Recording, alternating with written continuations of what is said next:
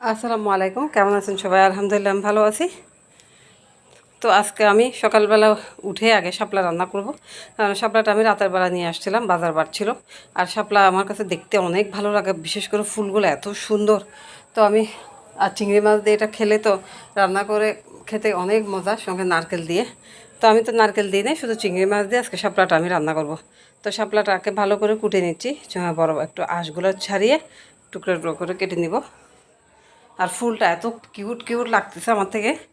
তো আমি এটাকে মাথায় দিয়ে দেখতেছি কেমন লাগে, ভাবতেছি যে ফুলটা মাথায় দিব, বা অনেক সুন্দর ফুল, মানে এটা যদি রাখা যায় তো তাহলে আমি রেখে দিতাম। তারপরও পানির মধ্যে ভিজিয়ে আমি রেখে দিছি যতক্ষণ থাকে আর কি। তারপরে পেঁয়াজ রসুন কাটতে বসছি।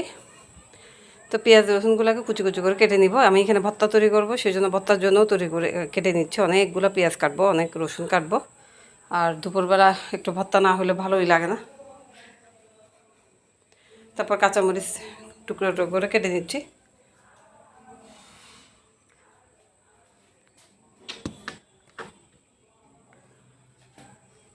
তারপর শাপলাগুলোকে ভালো করে ধুয়ে নিচ্ছি। আমি একটু বড় বড় সাইজের করে কাটছি।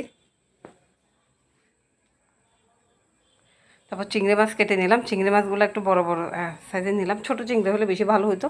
তারপর রসুন, পেঁয়াজ, কাঁচামরিচ এখানে আমি থেতো করে নিব। তো আদা আদা মানে আদা ছেঁচা করে নিলে তরকারিটা স্বাদ বেড়ে যায়। আর আমার কাছে থেতো করা পেঁয়াজ রসুনের তরকারিটা খেতে ভালোই লাগে। তারপর ডেক্সি বসিয়ে দিলাম, সর্ষের তেল দিলাম। তারপর এখানে থেতো করা পেঁয়াজ রসুন কাঁচামরিচ দিয়ে দিলাম। তারপরে এখানে আমি একটু মশলার গুঁড়া, মরিচের গুঁড়া, হলুদের গুঁড়া দিব, একটু পানি দিয়ে দিব। আবার এখানে আমি একটু গরম মশলার গুঁড়া দিলাম, দিয়ে মশলাটাকে ভালো করে কষিয়ে নিব। তারপর চিংড়ি মাছ দিলাম। চিংড়ি মাছটাকে কষিয়ে নিব আবার। তো ভালো করে মশলাটা যখন কষাচ্ছে, পোড়া না লাগে মতো সেদিকটা খেয়াল রাখতে হবে। তখন আমি শাপলাগুলো দিয়ে দিলাম, দিয়ে শাপলাটাও কষিয়ে নিব। আর শাপলার একটা রান্না করলে এটার কালার একদম সবুজ থাকে, এটা হলুদও হয় না, লালও হয় না। এখানে আমি হলুদ দিয়েছি, তারপরেও দেখতে একদম সবুজ সবুজ লাগতেছে। দেখতে এটা এমন, কিন্তু খেতে অনেক স্বাদ। যারা কখনো শাপলা খান নাই তারা একবার হলে খেয়ে দেখবেন যে আসলে শাপলা অনেক স্বাদ। তারপর ধনেপাতাগুলো ধুয়ে নিচ্ছি, ধনেপাতা ভর্তার জন্য, তারপর হচ্ছে তরকারির জন্য। ভালো করে ডলে ডলে ধুবো, কারণ যেহেতু বর্ষাকাল ময়লা থাকতে পারে। তবে আমার তরকারিটা হয়ে গেছে। এখন আমি এখানে ধনেপাতাগুলো কেটে কেটে দিয়ে দিব। এখানে কোনো ঝোল দিই নাই, যেটুকু পানি বেরিয়েছে শাপলা থেকেই বেরিয়েছে।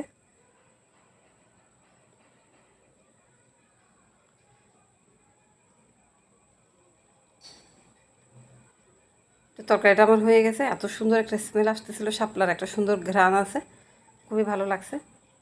এখন আমি মরিচ নিয়ে নিলাম ভর্তা তৈরি করার জন্য। তারপর চুলাতে ফ্রাই প্যান বসিয়ে দিয়েছি, এই যে পেঁয়াজ রসুন কেটে নিয়েছি, কাঁচামরিচও কেটে নিলাম। তো এখানে আমি কিছু রসুন দিয়ে দিব আগে, তারপর কাঁচামরিচটা দিয়ে দিব, দিয়ে এটাকে আমি একটু তেল দিয়ে ভেজে নেব।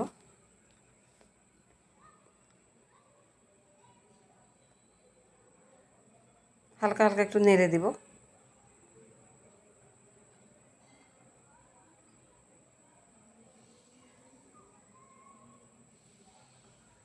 তারপর এটা ভাজা হয়ে গেছে, আমি এটা একটা প্লেটে তুলে রাখবো।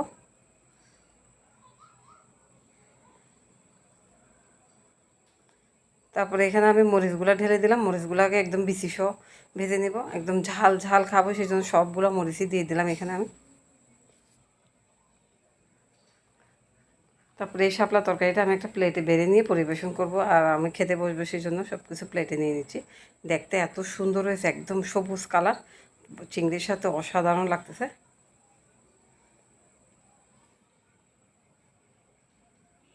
খুবই লোভনীয় হয়েছে তরকারিটা। যারা এখনও শাপলা খান না তারা অবশ্যই ট্রাই করবেন, আশা করি আপনাদের অনেক ভালো লাগবে। তারপর আমি এই যে মরিচ, ভাজা মরিচটা আমি একটা প্লেটে নিয়ে নিলাম, লবণ দিয়ে নিলাম। তারপর ভালো করে এটাকে কষলে নিব। মরিচটা এত ঝাল, আমার হাত অলরেডি জ্বলতেছে।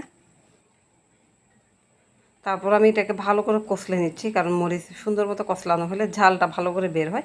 তারপরে এখানে আমি ভাজা মরিচ, কাঁচামরিচ, তারপরে হচ্ছে রসুন, পেঁয়াজ সব কিছু একসাথে দিয়ে দিব। ধনে পাতাও দিয়ে দিলাম, দিয়ে একদম হাত দিয়ে ভালো করে কষলে নিচ্ছি। তারপর সর্ষের তেল দেবো একদম বেশি করে।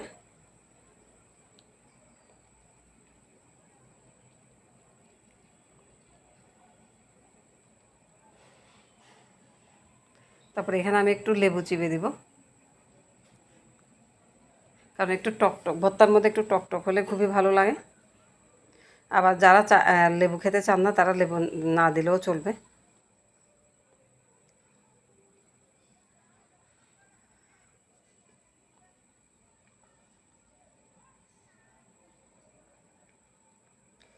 এই হলো আমার আজকে দুপুরের ভর্তা। আজকের ভিডিওটা কেমন লাগলো লাইক কমেন্টস করে জানাবেন।